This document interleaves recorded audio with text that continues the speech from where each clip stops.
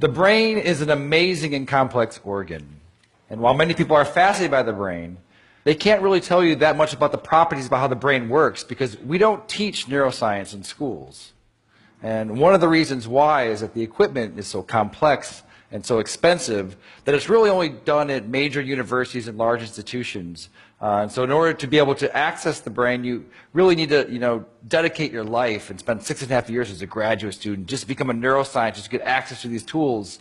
And that's a shame because 1 out of 5 of us, that's 20% of the entire world, will have a neurological disorder. And there are 0 cures for these diseases.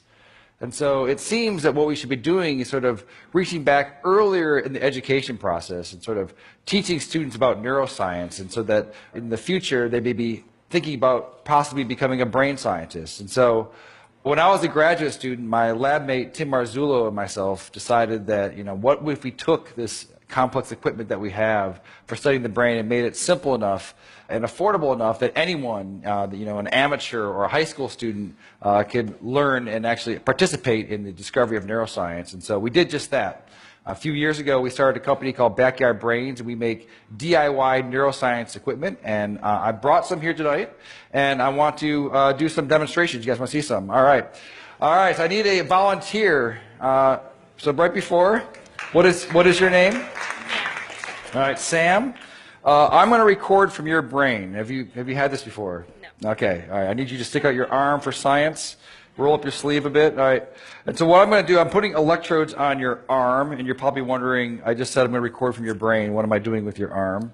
You have about 80 billion neurons inside your brain right now. They're sending electrical messages back and forth and chemical messages.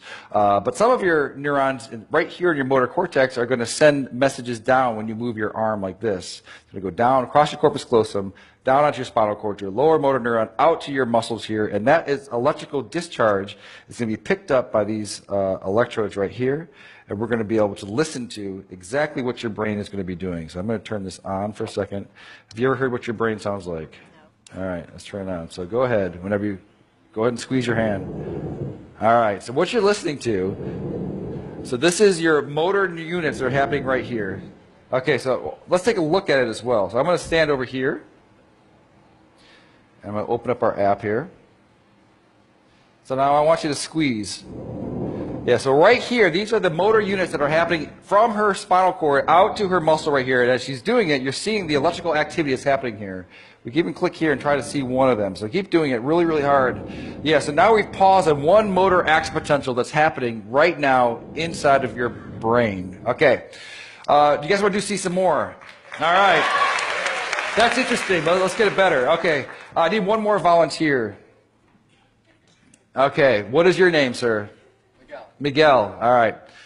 You're going to stand right here. So Miguel, when you're moving your arm like this, your brain is sending a signal down to your muscles right here. I want you to move your arm as well. All right, so your brain is going to send a signal down to your muscles. And so it turns out that there is a nerve that's right here that runs up here that innervates these 3 fingers. And it's close enough to the skin that we might be able to stimulate that. So that we can do is copy your brain signal that's going out to your hand and inject it into your hand so that your hand will move when your brain tells your hand to move. And so in a sense, she will take away your free will, and you will no longer have any control over this hand, okay? You with me? All right, so I just need to hook you up. All right, so I'm going to find your ulnar nerve, which is probably right around here. You don't know what you're signing up for when you come up and... So now I'm going to move away, and I'm going to plug it into our human-to-human interface over here.